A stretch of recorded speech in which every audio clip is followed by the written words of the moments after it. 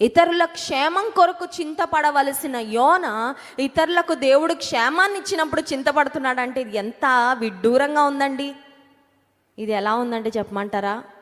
మన కాలానికి మన పరిస్థితులకి దాన్ని కన్వర్ట్ చేసి చెప్తే, ఇతరులను దేవుడు దీవిస్తూ ఉంటే వారితో కలిసి ఆనందించి వారితో కలిసి స్తుతి కూడికలో మనం కూడా ప్రభుని thank you Jesus for blessing my sister, for blessing my brother, నా సహోదరుని దీవించినందుకు వందనాలయ్యా, పలానా సహోదరిని ఆశీర్వదించినందుకు వందనాలయ్యా, వారిని మేలుతో తృప్తిపరిచినందుకు వందనాలయ్యా అని వారితో కలిసి ఆనందించాల్సింది పోయి ఇతరులని దేవుడు దీవించినప్పుడు మూతి ముడుచుకొని కూర్చున్నట్లు అన్నమాట.